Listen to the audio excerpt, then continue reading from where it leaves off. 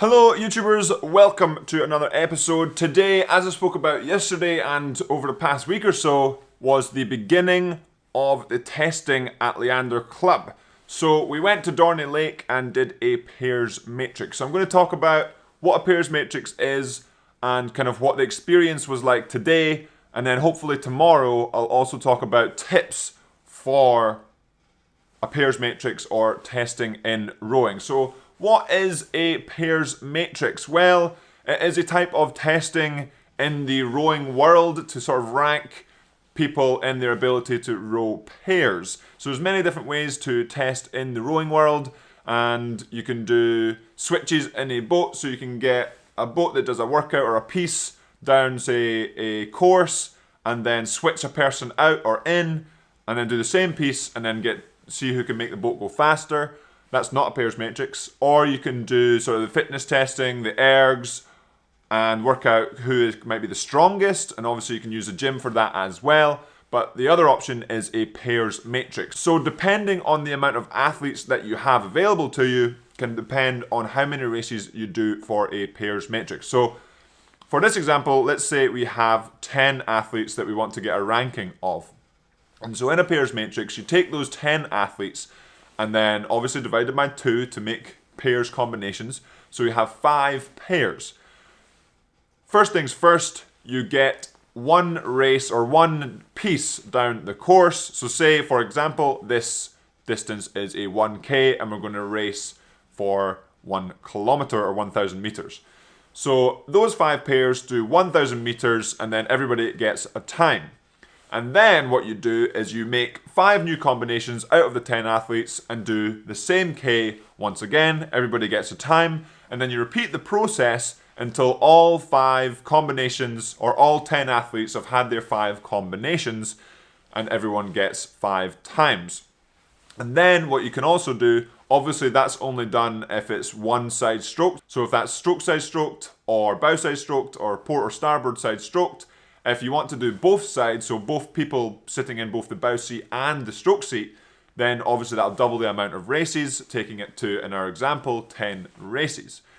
And so the advantages of doing the 10 races versus just the 5 definitely affects me in this example also, is some people are better at rowing in the bow seat or the stroke seat of a pair. In my case, I feel like I am better at rowing the stroke seat, because in the stroke seat you can be a little less technical, if it were, and then let the person in bow almost take care of everything else, whereas all you have to do is set a rhythm and make sure you're trying to set a rhythm and be consistent, really, whereas a bowman takes that consistency, smooths it out a little bit, make sure you're steering straight, make sure that there's nothing in the way behind you, make sure that the calls are correct, etc., etc. But the pairs matrix itself is probably one of the best ways to assess the ability of an athlete in a pair. And so that's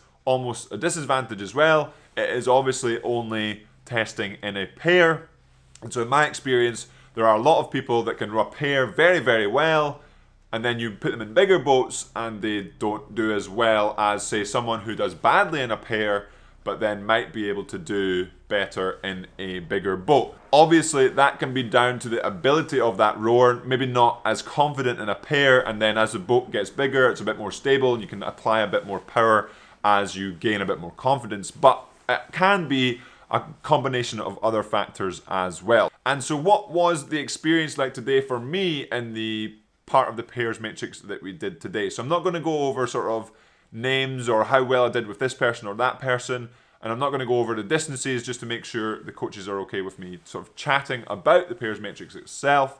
And so for me, I felt like I did reasonably well, but that's one of the biggest things. You don't know, or at least we won't know how we've done until the end of the matrix, because we don't get told the times and how we've done. So I think I've done okay. So today we did half of the racing that we needed to do a stroke side stroked matrix. So what we're going to do is do a stroke side stroked matrix and then get the rankings and then do a bow side stroke matrix.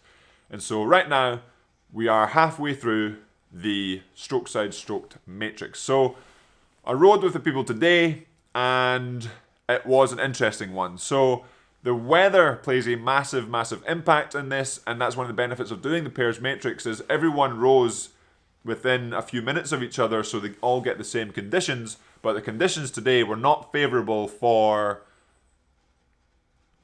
rowing, let's just say. So it was quite a strong crosswind, which again doesn't help me being a little bit more comfortable in the stroke seat.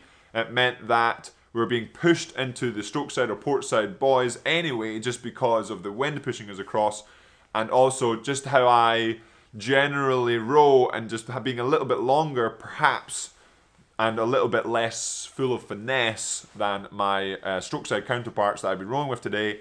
It meant that I was having difficulty being able to apply the power that I wanted to apply, but also not getting pushed into the buoys because of the wind and because of my sort of less bit of finesse. So obviously everyone was having that same sort of problem. Everyone was getting pushed over by the wind. And again, that's one of the benefits of doing the matrix, because you can't really say, oh, well, I did a run and there was no wind, and then Joe did a run and there was so much wind, so there's a big disadvantage. Nope.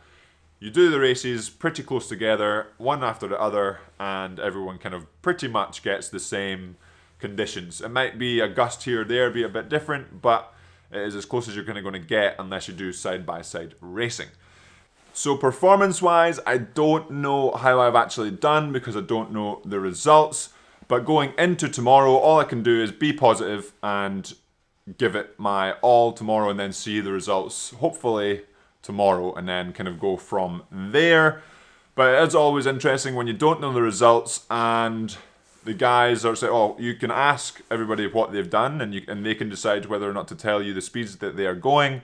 And it's always interesting to sort of, is that person telling the truth? Is that person going faster than me? Is that person going slower than me? Did they have a really good piece? Am I doing well? And you can't really judge because you don't really know. Because sometimes people can say they're going, for example, you might be going down the course and seeing 155s, and then you ask somebody after and say, what have you been seeing? And they say 150s, and then the times come out and they've been doing 156s. So sometimes people can say their scores are better than they are. Sometimes they can say they're worse, but also sometimes you just, when you're in the heat of the moment and you look down at the stroke coach and you see some big numbers and you look up and you miss the slower numbers, you look back and there are big numbers again, it can feel like you're going faster than you might actually be going. So you can't really trust the times that you hear, but also taking those times into consideration, because if you are far, far off the pace multiple times, or at least what people are telling you, then it might be a sign that you are actually off the pace and they are being reasonably accurate with the splits that you're hearing.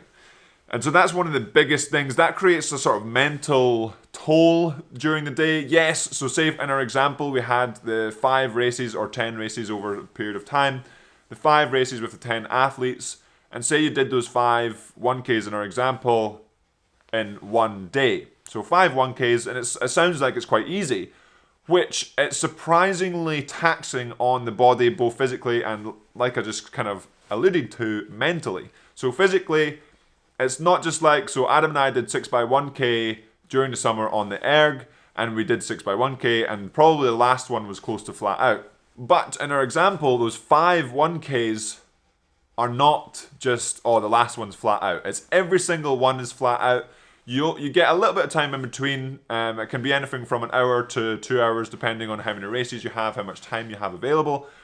But it is a flat out piece to go as fast as you possibly can. So that brings with it not only the physical effort, but also the mental effort it takes to do that repeatedly.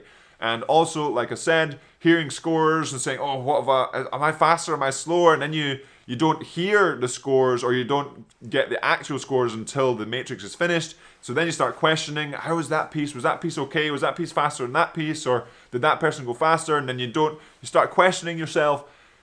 And that's what we'll talk about tomorrow in the tips for a pairs matrix and rowing testing.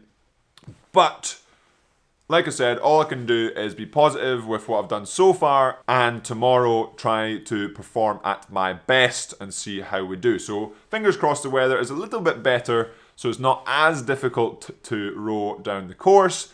But obviously that is part of rowing. Rowing is a rowing sport, and it is outdoors and on the water, and we have to deal with wherever the weather throws at us. So as always, Yam Squad, hopefully you enjoyed today's video. Like I said, I'll just be chatting throughout the week until we finish the testing, and then I think we're back into some awesome winter training post this week, post the testing. And like I said, it is surprisingly physically draining and mentally draining doing the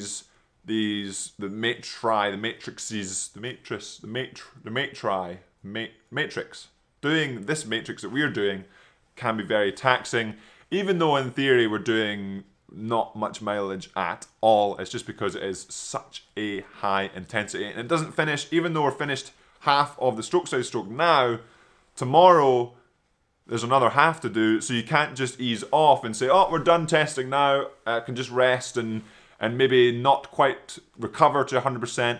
You're still on it, you're still trying to recover, you're still trying to do everything right so that you can get into the testing again tomorrow as fresh as you possibly can, and again, perform to the best of your ability. But again, that's about tomorrow and the tips. So tomorrow we'll have some tips for pairs matrices, make try specifically, but also the performance of myself in the matrix that we've done. And so fingers crossed. And as always, remember to subscribe if you haven't already. Hit that like button, and I'll see you tomorrow. So fingers crossed, and I'll see you after tomorrow's second half of the stroke side stroked matrix.